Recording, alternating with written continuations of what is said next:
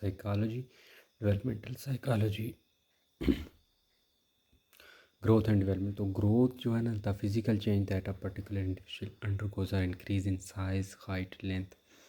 तो ग्रोथ वो चीज़ है जिसमें जो है ना स्पेसिफिकली आपका साइज़ इंक्रीज़ होता है, बॉडी की हाइट या बॉडी की लेंथ, जिसको आप मेजर भी कर सकते हैं। जबकि जो डेवलपमेंट होती है वो ओवरऑल ह्यूमन की जो पूरी ज़िंदगी में ग्रोथ होती है उसको डेवलपमेंट कहते हैं। डेवलपमेंट में जो है ना आप ग्रोथ भी आती है, फिर फिज़िकल जो आपकी डेवलपमेंट है वो भी होती है, इंटेलेक्चुअल जो मेंटली आप डेवलप होते हैं, इमोशनली जो आप होते हैं या दूसरों के साथ सोशली, फिर जो है ना दूसरों के साथ आपके रिलेशन बनते हैं, other aspects of human growth कि हर किस्म की जो होती है ना आपकी इम्प्रूवमेंट्स, जो आपके अंदर ग्रोथ होती है आपकी बॉडी में इनसाइड या एक्सटर्नल या इंटरनल, उस सब को कहते हैं डेवलपमेंट। फिर मैचुरेशन क्या होती है कि development of mental processes that affects body functioning as a whole. तो आस्ता आस्ता जो है ना मच्योर बंदा होता जाता है, जैसे जैसे सीखता जाता है, जैसे जैसे मेंटल प्रोसेस डेवलप होते जाते हैं। अब डिफरेंस क्या है ग्रोथ और जो है वो डेवलपमेंट में। तो ग्रोथ जो है ना वो लिंक्ड होती है मोस्टली फिजिकल एस्पेक्ट से, जो आपकी बॉडी है, एंड डेवलपमेंट जो है वो मोस्टली आपके इनसाइड मेंटल एस्पेक्ट से होती है। बोथ जो है ना वो कोरिलेटेड हैं एक दूसरे के साथ। फिर जो है ना चेंजेस जो होती हैं कुछ क्वांटिटेटिव होती हैं, जैसे कि जो है ना डोमेन ऑफ ग्रोथ वेज development implies overall change in shape, form और structure resulting in improved working, hence indicate changes in quality. तो जो चेंजेस का जो है ना ग्रोथ वो क्वांटिटेटिव है, जबकि जो डेवलपमेंट है वो क्वालिटी है। और ग्रोथ जो है ना ये डेवलपमेंट में ही आती है। डेवलपमेंट समझिए एज अ होल है और उसमें ग्रोथ फिर एक पार्ट है। ग्रोथ जो है ना वो one of the part of the developmental process, whereas development is a wider and comprehensive term. कि ग्रोथ जो है ना वो डेवलपमेंट का एक पार्ट है, जबकि जो वो है डेवलपमेंट है वो एक कॉम्प्रिहेंसिव टर्म है। फिर ग्रोथ जो है ना वो कंटिन्यू नहीं रहती थ्रू द लाइफ। ये यानी बॉडी की जो आप फिज़िकल डेवलपमेंट है या ग्रोथ है ये एक टाइम स्टॉप हो जाती है, जबकि जो मैच्योरिटी है वो हैज़ बिन अटेन, जब अटेन होती है तभी रुकती है। और डेवलपमेंट जो है वो एक कंटिन्यू प्रोसेस है। आदमी मेंटली डेवलप होता रहता है या जो है ना इनसाइड इमोशनली सोशली सीखता रहता है। The changes produce by growth can be quantified. जो चेंजेस ग्रोथ में प्रोड्यूस होती हैं वो क्वान्टिफाइड हैं। जो changes brought about development are more difficult to measure. जो डेवलपमेंट के थ्रू चेंजेस आती हैं उनको मेजर करना मुश्किल है। अब करेक्टरिस्टिक क्या है डेवलपमेंट की। डेवलपमेंट की जो है ना अब स्टेजेस और फेसेस हैं डेवलपमेंट के। सबसे पहले पेरेंटल, जो पेरेंट्स में जो है ना वो स्टार्टिंग में कि जो है ना माँ बाप के दरमियान इंटरेक्शन होता है, फिर जो है ना वो स्पर्म और वो फीटस, फिर उसके बाद बर्थ का जो प्रोसेस है, देन जो है ना फिर बात के बाद चाइल्डहुड, फिर एडोलेसेंस और फिर ओल्ड एज। अब सबसे पहले follow pattern in orderly manner. तो orderly manner each stage of development leads to the next. तो जो है ना हर स्टेप नेक्स्ट के लिए लीड करता है। For example children first learn to sit up without support before they stand. तो बच्चे जो है ना पहले बैठते हैं किसी भी स्पोर्ट के अलावा खड़े होने से पहले। तो फिर उनको रेट और स्पीड जो है ना वो वेरी होता है। कुछ बच्चे जल्दी कर लेते हैं, कुछ बच्चे थोड़ा टाइम लगाते हैं। फिर proceed from general to specific response. जो जनरल टू स्पेसिफिक रिस्पॉन्स की तरफ प्रोसीड करते हैं। पहले वो जनरल एक्टिविटी सीखते हैं, देन जो है ना वो अर्ली रिस्पॉन्स करते रहते हैं। फिर वो पहले यानी वो आवाज़ दो तो बच्चा देखता है, फिर आस्ता आस्ता वो स्पेसिफिक तरह माँ की आवाज़ को पहचानता है। ये फिर product of interaction of heredity and environment के, उसकी जो इंट्रैक्शन होती है विरासती और इन्वायरमेंट के, वो चीज़ें जो है ना उसमें असर करती हैं कि कुछ चीज़ें जो है ना उसको विरासत से मिलती हैं, कुछ चीज़ें वो इन्वायरमेंट से सीखता है। अब principle of uniqueness, development is an individualised process. तो अगर यूनिकनेस देखी जाए तो डेवलपमेंट जो है ना वो एक इंडिविजुअलाइज्ड प्रोसेस है। ऑल दो the pattern of development is similar for all children. तो डेवलपमेंट जो है ना वो जो इसके फेजेज़ हैं स्टेजेस हैं वो हर चिल्ड्रन के लिए सेम है। They follow the pattern at their own rate. सिर्फ कुछ जो है ना वो स्लो होते हैं, कुछ बहुत एक्टिव होते हैं, जल्दी लर्न कर लेते हैं। These individual differences arise because each child is controlled by unique combination of hereditary, material and environmental factors। तो ये इसलिए यूनिक है, इसलिए टाइम जो है ना इनका सीक्वेंस अलग है, क्योंकि टाइम यूनिक, क्योंकि जो है ना कुछ का हेरिडिटी काफ़ी उनको अच्छी फीचर्स मिले होते हैं, कोई काफ़ी इंटेलिजेंट होते हैं, वो जल्दी सीख जाते हैं। कुछ इन्वायरमेंट असर होता है, कुछ अच्छे इन्वायरमेंट में तो जल्दी सीख लेते हैं, कुछ जो है वो कम इन्वायरमेंट में होते हैं, जो है ऐसे इन्वायरमेंट में होते हैं जिसमें वो स्लो लर्निंग करते हैं। Result of both maturation and learning, तो एंड पे जो है ना रिजल्ट बोथ वो मैचुरेशन करते हैं और लर्न करते हैं। अब पेरेंटल डेवलपमेंट क्या है? Parental development changes from conception to birth. तो ये जो है ना डेवलपमेंट कंसेप्शन टू बर्थ के बाद कहते हैं जी चेंज होता है, लेकिन one cell entity establish at conception content 20। तो एक सेल जो है ना वो मदर सेल फॉर एग्जांपल वो 23 पेयर्स ऑफ क्रोमोसोम्स होते हैं, one number of a pair from mother and the other from father. और जो है ना टोटल ये क्रोमोसोम्स होते हैं 46 और 23 पेयर्स होते हैं। तो जो है ना 23 जो है वो फ्राम मदर साइड और 23 फ्राम फादर साइड। तो ये फिर पेयर बनाते हैं, एक मदर की साइड की तरफ एक पे फादर साइड की तरफ। तो chromosome contain thousand of gene through which genetic information transmitted. तो क्रोमोसोम्स पे जो है ना वो जीन्स होते हैं जो जेनेटिक इन्फॉर्मेशन ट्रांसमिट करते हैं आगे। अब अर्ली जो इंडिविजुअल होता है कम्बिनेशन, उसमें जीन जो प्रोड्यूस होते हैं वो पर्टिकुलरली एक करेक्टरिस्टिक के लिए एक जीन होता है। फॉर एग्जांपल आइज़ कलर आपका कैसा होगा, हेयर स्टाइल हेयर कलर कैसा होगा, हेयर कर्ली होंगे स्ट्रेट होंगे इस तरह। फिर compose of sequence of DNA molecule, तो जो है ना इसमें डीएनए मॉलिक्यूल्स का सीक्वेंस होगा। जीन जो है वो बायोलॉजिकल इक्विवेलेंट होते हैं सॉफ्टवेयर, जैसे कोई सॉफ्टवेयर प्रोग्राम करता है, ठीक है, that programme the future development of all parts of body hardware, कि आपकी बॉडी जो है ना वो कैसी होगी, कैसे जो है ना आपका फंक्शन करेंगे, कैसे आपके हैंड कैसा कलर, बॉडी स्किन कलर ये चीज़ें जो है ना वो डीएनए फिर कंट्रोल करता है। दे आर 25,000 डिफरेंट जीन्स, तो तकरीबन 25,000 जीन्स हैं। फिर चाइल्ड जो है ना वो इनहेरिट करता है x chromosome from mother and either x और वाई फ्रॉम फादर। तो अगर गर्ल है तो फिर एक्स एक्स होंगे, अगर बॉय है तो फिर एक्स वाई क्रोमोसोम्स होंगे। फिर फादर से जो है ना वो एक्स या वाई आता है, लड़का या लड़की होना फादर की तरफ से डिसाइड होता है। Genes are also responsible for a wide variety of personal traits including cognitive abilities and physiological disorders. तो जीन पे जो है ना वो बहुत से ट्रेट्स होते हैं जिनमें जो है ना वो आपकी मेंटल एबिलिटीज़ या फिर जो है ना आपकी साइकोलॉजिकल डिसऑर्डर्स वगैरह होते हैं। आप स्टेजेस क्या हैं? सबसे पहले स्टेजेस है egg from mother side and sperm from father side. तो दोनों मिल के बनाते हैं जाइगोट, और दोनों मिलते हैं किस प्रोसेस के थ्रू हैं? फर्टिलाइजेशन के थ्रू। तो फर्स्ट 2 वीक्स जो है ना उनको कहते हैं जर्मिनल पीरियड। जो पहले 2 पीरियड होते हैं इनके मिलने के, जर्मिनेशन के, उसको कहते हैं जर्मिनल पीरियड, जिसमें जो है ना एक एग स्पर्म मिलते हैं। फिर जो है ना start out as a microscopic speck. तो 3 days after fertilisation zygote is about 32 cells. तो जो है ना वो फिर फर्टिलाइजेशन होती है। फर्टिलाइजेशन के बाद जो है ना जाइगोट जो है वो 3 to सेल्स बना लेता है। With in a week 100 to 150 cells. तो एक हफ्ते के दौरान जो है ना वो 100 से 150 सेल्स वो बना लेता है उसके। अब स्टेज एम्ब्रियोनिक पीरियड है। जाइगोट जब डेवलप हो जाता है जीन वो सेल्स बनाता है, फिर डेवलप होते हुए वो अब उसे एम्ब्रियो कहते हैं जब वो डेवलप हो जाता है। Starts after 2 weeks after conception last till 8 weeks. तो 2 वीक्स to 8 वीक का जो पीरियड होता है यानी वो स्पर्म और एग का जाइगोट के बाद, उसको जो है ना वो उसमें एम्ब्रियो फिर होता है, बनता है। Embryo develop zygote that has a heart brain and other organ. अब एम्ब्रियो डेवलप हो गया है, जाइगोट की एक डेवलप शक्ल बन गया जिसमें अब दिल है, दिमाग है और कुछ आर्गन है। Embryonic period is characterized by programmed process of cell division. तो एम्ब्रियोनिक पीरियड जो है ना वो सेल डिवीजन का ही एक प्रोसेस है। जो सेल डिवीजन होती है तो फिर वो दिल भी बनता है, सारी चीज़ें। Grow 10,000 times larger by 4 weeks of age and attains length of 1/5 of an inch. तो 1 इंच के जो है ना वो 5th पार्ट तक वो डेवलप हो जाता है, 1000 टाइम लार्जर हो जाता है 4 वीक में। अब स्टेज एम्ब्रियोनिक पीरियड। तो एम्ब्रियोनिक पीरियड ऑर्गनो जेनेसिस जो है ना इसमें आर्गन्स फॉर्मेशन होती है।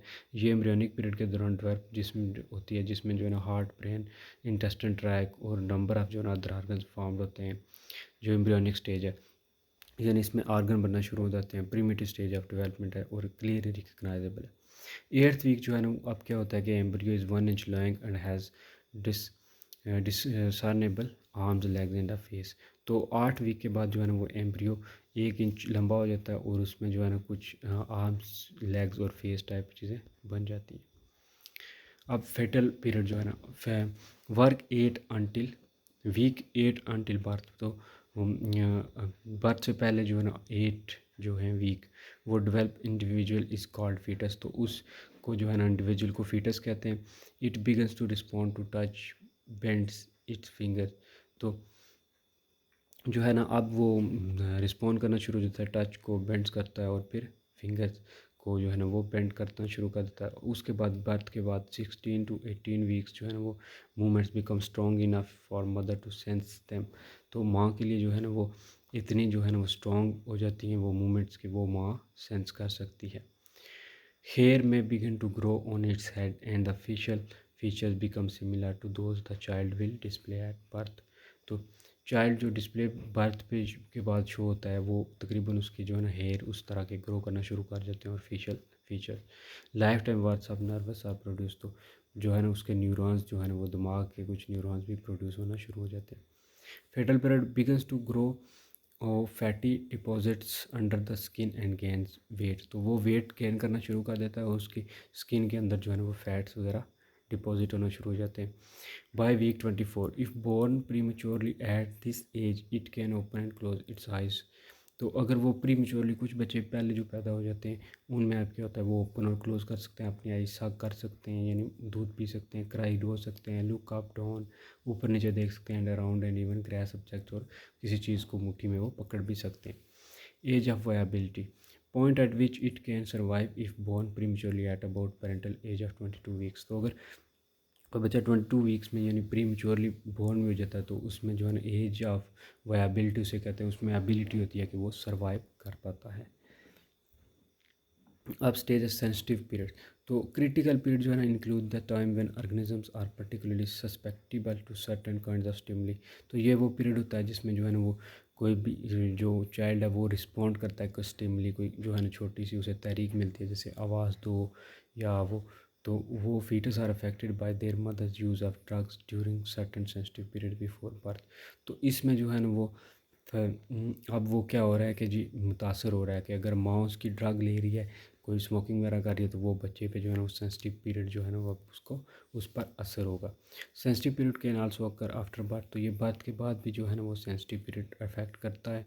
तो some language specialist suggest that there is a period in which children are particularly receptive to developing language, तो इसमें इसके दौरान में कुछ बच्चे जो है ना वो बहुत ज़्यादा जो है उनमें लैंग्वेज डेवलप हो रही होती है, तो पर्टिकुलरली अगर चिल्ड्रन जो है ना वो अप्रोप्रिएट लिंग्विस्टिक स्टिमुली में नहीं हुआ एक्सपोज, तो उसमें डेवलपमेंट जो है हो सकता है वो सही से ना हो, वो कोई लैंग्वेज प्रॉपर ना सीख सके अगर प्रॉपर उसकी यानी वो ऐसे माहौल में नहीं है कि माँ ने जो है ना उसको सिखाया या वो, तो वो लैंग्वेज क्योंकि उसमें डेवलप हो रही, तो अगर वो ऐसे एक नए से इन्वायरमेंट में आ गया जहाँ उस इतना ना वो लोग बोलते हैं या कुछ अजीब बोलते हैं, तो वो फिर उसके लिए मुश्किल होगा। अब नॉर्मल जो गेस्टेशन पीरियड है वो 38 वीक्स है, जिसमें क्या होता है कि बच्चा जो होता है वो 7 पाउंड्स का होता है और वेट जो होता है उसका 7 पाउंड्स और साइज जो है वो 20 इंचेस तकरीबन होता है। तो पैराट्रम प्री टर्म जो इन्फेंट्स हैं जो बिफोर 38 वीक जो बोर्न हो जाते हैं, since they have not been able to develop fully, वो हाई रिस्क होता है illness, future problems and even death, तो वो उनकी डेथ भी हो सकती है, लेकिन अगर वो सर्वाइव भी कर सकें तो वो जल्दी बीमार ज़्यादा रहते हैं और उनमें फ्यूचर में बहुत प्रॉब्लम्स होती हैं।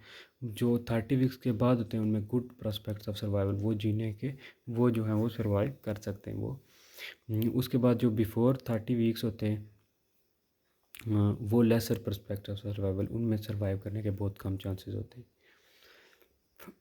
अब डेवलपमेंट जो है ना इरेगुलरिटीज़, तो ये इरेगुलर पैटर्न ऑफ डेवलपमेंट में be cause by heredity factor environmental factor, तो ये दो फैक्टर्स हैं, हेरिडिटी फैक्टर या एनवायरमेंटल फैक्टर्स हैं जो डेवलपमेंट में जो है वो काज कर सकते हैं, उसमें डिफेक्ट कर सकते हैं या उसमें जो है उसे कहते हैं कुछ भी जो है ना वो कोई क्रोमोसोम में चेंजिंग या कोई इन्वायरमेंट की वजह से हो सकती है या विरासत की वजह से।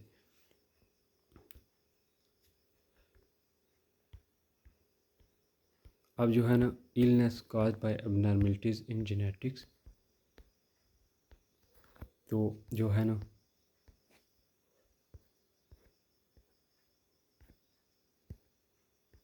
सबसे पहले तो अच्छा illness cause by abnormality genetic makeup की वजह से जो इलनेस काज होती है उसको कहते हैं कॉग्निटियल डिजीज़। 3 काइंड्स की होती है, सिंगल जीन डिसऑर्डर होता है, क्रोमोसोम डिसऑर्डर होता है, manufacture polygon gene genic disorder, यानी एक जीन की वजह से डिसऑर्डर होता है। फिर पूरा क्रोमोसोम्स जो है ना वो कई दफ़ा एक्सचेंज हो जाता है, और फिर कुछ जो है ना मल्टी फैक्टरियल, कुछ पॉलीजीन की वजह से हो जाता है। अब क्रोमोसोम जो single gene further divided into two types, further जो है ना सिंगल जीन डिसऑर्डर को अब टू में किया गया है। एक में है ऑटोसोमल। ऑटोसोमल वो क्रोमोसोम्स होते हैं जो, यानी वो नहीं डिसाइड, आपकी सेक्स नहीं डिसाइड करते कि मेल है या फीमेल है। दूसरे वो सेक्स लिंक जीन की वजह से आपकी जो है ना वो जेंडर या सेक्स जो है वो डिफाइन होती है कि ये मेल है या फीमेल है। अब क्रोमोसोमल जो अबनॉर्मलिटीज़ हैं या जेनेटिक डिसऑर्डर, जो ऑटोसोमल है उसको फर्दर डिवाइड किया गया टू टाइप्स में। एक को कहते हैं autosomal dominant, even if one parent has the defective gene it will pass on to all babies. तो इसमें यह है कि अगर एक पेरेंट्स में जो है ना कोई जीन डिफेक्ट है, कोई बीमारी है, बॉल्डनेस या इस तरह, या बाल गिरना, या यानी तो वो जो है ना सारे बच्चों में कहता है कि वो चली जाती है। इसको कहते हैं ऑटोसोमल डोमिनेंट, के उसमें वो जीन डोमिनेट करता है। जैसे कि वो कहता है पॉलीसिस्टिक किडनी डिजीज़, के किडनी की डिजीज़ है characterize multiple cyst in both kidneys which result in fluid enlargement of kidney, damage liver and pancreas. तो ये जो है ना ये आगे चलती है। अगर एक पेरेंट्स में एक किडनी डिसीज़ है तो एक ही पेरेंट में अगर है तो अब भी पूरे आगे सब चिल्ड्रन में जाती है। Another example is Huntington disease, it is neuro degenerative in nature and affects muscle coordination. तो ये न्यूरॉन माइंड के रिलेटेड है डिजीज़, दिमाग के रिलेटेड, तो ये भी इफ़ेक्ट करती है। और दूसरी ऑटोसोमल रिसेसिव में ये है कि both parents should have defected gene to pass the disease on to the baby. तो अब जो रिसेसिव है उसमें यह है कि दोनों पेरेंट्स जो है ना उनको डिफेक्टिव, उनमें अगर वो जीन पाया जाएगा तभी जो है ना वो बीमारी आगे जाएगी। जैसे वो कहता है phenylketonuria, in this condition body is unable to produce specific enzyme required for normal development, deficiency leads to accumulation of poison and result in mental retardation. तो इसमें दिमाग की जो है ना वो डेवलपमेंट रुक जाती है। तो ये तभी होता है जब दोनों पेरेंट्स में वो जीन आता है। Other example are sickle cell anemia and Tay Sachs disease. तो ये इस तरह की जो डिजीज़ है ये इस वजह से होती है जब दोनों। अब सेक्स लिंक जो है ना वो तो थी बॉडी लिंक, यानी ऑटोसोमल। तो अब ये सेक्स लिंक ये टू टाइप्स होते हैं, X link and Y link. X link जो है ना वो होते हैं मोस्टली जो है ना हाई रिस्क होता है in both male and female such since both have one x, क्योंकि एक्स दोनों में है तो इस वजह से जो है ना वो जो एक्स लिंक्ड होगी वो दोनों में जो है वो डिफेक्ट कॉज करेगी। जैसे कहता है हाइफो फास फास्फेटेमिक रिकट्स, ये कोई हड्डियों के रिलेटेड है जिसमें लो सीरम फास्फेट लेवल है। जबकि जो एक्स लिंक्ड रिसेसिव है वो होगी डोमिनेंट, जो जिसमें जो है ना वो दोनों लड़के लड़की को हर तरह है।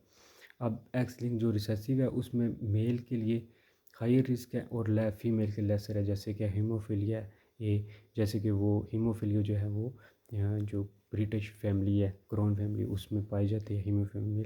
तो ये deficiency in clotting factor V7, तो ये ब्लड फिर क्लाट नहीं होता इनमें।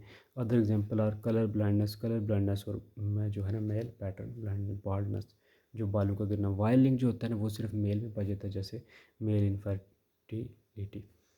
अब क्रोमोसोमल जेनेटिक डिसऑर्डर जो है ना क्रोमोसोमल डिसऑर्डर में दूसरे नंबर पे है एबनॉर्मलिटीज ऑफ क्रोमोसोम्स, जैसे कि 47 या 45 क्रोमोसोम नंबर जो है ना उसमें कोई डिफेक्ट आ जाए, कि कोई एक्स्ट्रा क्रोमोसोम आ जाए, जैसे 47 या 45 क्रोमोसोम में जो है ना चेंजिंग हो जाए, तो mostly they occur due to imbalance of total number of chromosomes in an individual. तो इसमें क्या होता है कि कभी कभी कोई कम हो जाता है क्रोमोसोम, कभी कभी ज़्यादा हो जाता है, जैसे डाउन सिंड्रोम है कि ज़ाइगोट जब रिसीव करता है extra chromosomes at the moment of conception result in mental retardation. तो उसकी दिमाग की जो है ना वो रिटार्डेशन, दिमाग की जो ग्रोथ है वो रुक जाती है। Often related to mother's age, तो ये मदर्स एज हो जाता है over 35 year and under 18 year है हाई रिस्क। तो ये जो है ना 35 के बाद जो 18 साल से नीचे इसका ज़्यादा रिस्क होता है। उसके बाद क्लिनफेल्टर सिंड्रोम है जिसमें एडिशनल एक्स मेल में आ जाता है, यानी उसमें एक्स वाई होता है सिंपली, तो एक एक्स आ जाता है। फिर जो है ना टर्नर सिंड्रोम है जिसमें मिसिंग हो जाता है एक एक्स नलो जिसको कहते हैं, या मोनोसोमी कहते हैं, एक ही एक्स पाया जाता है एक मिस हो जाता है।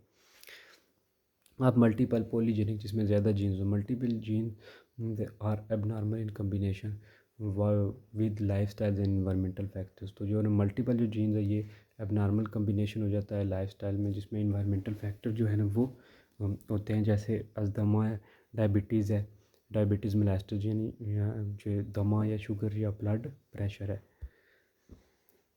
अब इन्वायरमेंटल फैक्टर, जो environmental causes for developmental irregularities during post natal and other stage of development, इनको इनसफिशिएंट फूड सप्लाई की, अगर बच्चे को पूरी खुराक नहीं मिली तो वो डेवलपमेंट में जो है ना वो अच्छा बर्ड फिज़िकली डेवलप नहीं होगा, मेंटली डेवलप नहीं होगा। फिर टॉयलेट ट्रेनिंग, उसकी अच्छी ट्रेनिंग नहीं है, अच्छी जो है ना उसको सफाई वगैरह का इंतज़ाम नहीं है, तब भी जो है ना उसके लिए मसला है। लैक ऑफ फिज़िकल एक्टिविटी, अगर वो फिज़िकल एक्टिविटी नहीं करता, हर वक्त अंदर लेट के जो है ना गेम्स खेलता है या बाहर बहुत कम निकलता है, टेक्नोलॉजी पे लैपटॉप कंप्यूटर पे ज़्यादा टाइम गुजारता है, तो वो फिज़िकली इतना डेवलप नहीं होगा। Absence of suitable environment according to one's aptitude, तो एक ही जो है ना किसी के एप्टीट्यूड के मुताबिक, यानी वो जिस माहौल में अडाप्ट कर सकता है, बेटर परफॉर्म कर सकता है, अगर उस तरह का वो इन्वायरमेंट एब्सेंट है तो तभी भी वो अच्छी तरह डेवलप नहीं हो पाएगा। और जो कॉमनली ऑब्जर्व इरेगुलर्स हैं, जिसमें ओबेसिटी है, जो मोटापा, डिलेड स्पीच, कुछ बच्चे जो है ना वो अकलाते हैं, स्टैमर हो जाते हैं, तो ये भी जो है ना एक इन्वायरमेंटल फैक्टर है कि वो उनको इन्वायरमेंट में फूड वगैरह अच्छी नहीं मिलती, वो सही डेवलप नहीं कर पाते उस करेक्टरिस्टिक को। एक्सेसिव शाइनेस, कुछ बच्चे बहुत जो शर्मीले होते हैं वो क्राउड में जाना पसंद नहीं करते हैं, उनमें फिर वो लो कॉन्फिडेंस होता है, वो फिर जो है ना एहसास कमतरी के जो है ना वो शिकार हो जाते हैं। अग्रेशन, गुस्सा बहुत आ जाता है उनमें, जिन लोगों में सोशल इंटरेक्शन इतना नहीं होता, वो फिर जो है ना छोटी छोटी बातों पे गुस्सा करना शुरू करते हैं। पूर कॉग्निशन, कुछ लोगों में जो है ना वो जहनी सालितें जो है ना वो बहुत कम डेवलप होती हैं। लैक ऑफ सोशबिलिटी, कुछ जो है ना वो सोशल लोगों से इतना मिलना जुलना नहीं कर पाते, सोशली बहुत जो है ना वो वीक होते हैं, सोशल जो है इंटेलिजेंस उसमें। फिर माल न्यूट्रिशन, वो फिज़िकली कंट्रोल जो है ना बिल्कुल वीक हो जाते हैं, बिल्कुल मेल न्यूट्रिशन का शिकार हो जाते हैं। इन्वायरमेंट जो है ना वो आल्सो जो है ना इन्फ्लुएंस करता है पेरेंट डेवलपमेंट ऑफ फीटस, तो पेरेंटल स्टेज पे भी जो है ना किसी चिल्ड्रन की जो इन्वायरमेंट फैक्टर हैं वो बहुत जो है वो इफ़ेक्ट करती हैं। जैसे टेट्राजीन्स है, जैसे कोई अगर इन्वायरमेंटल फैक्टर जैसे ड्रग वगैरह हो या केमिकल वायरस या कोई इस तरह का फैक्टर जो बर्थ को डिफेक्ट कर सकता है, इसमें क्या है कि मदर न्यूट्रिशन के माँ की खुराक कैसी थी जब बच्चा माँ के पेट में था, फिर माँ की जो है ना बीमारी, उसकी अदर इलनेस जो है ना उसकी कोई बीमारी शुमारी होती हैं, कुछ बीमारियाँ ऐसी होती हैं जो आगे बच्चों में शिफ्ट हो जाती हैं, एड्स वगैरह जैसे है ना। तो मदर्स इमोशनल स्टेज, कुछ मदर जो है ना मोस्टली इमोशनल रहती हैं, इसका भी बच्चे पे बड़ा इफेक्ट होता है। फिर मदर यूज़, अगर मदर जो है ना वो ड्रग्स करती है, स्मोकिंग करती है, तो वो भी बड़ा इफेक्ट करता है बच्चे को। That's all.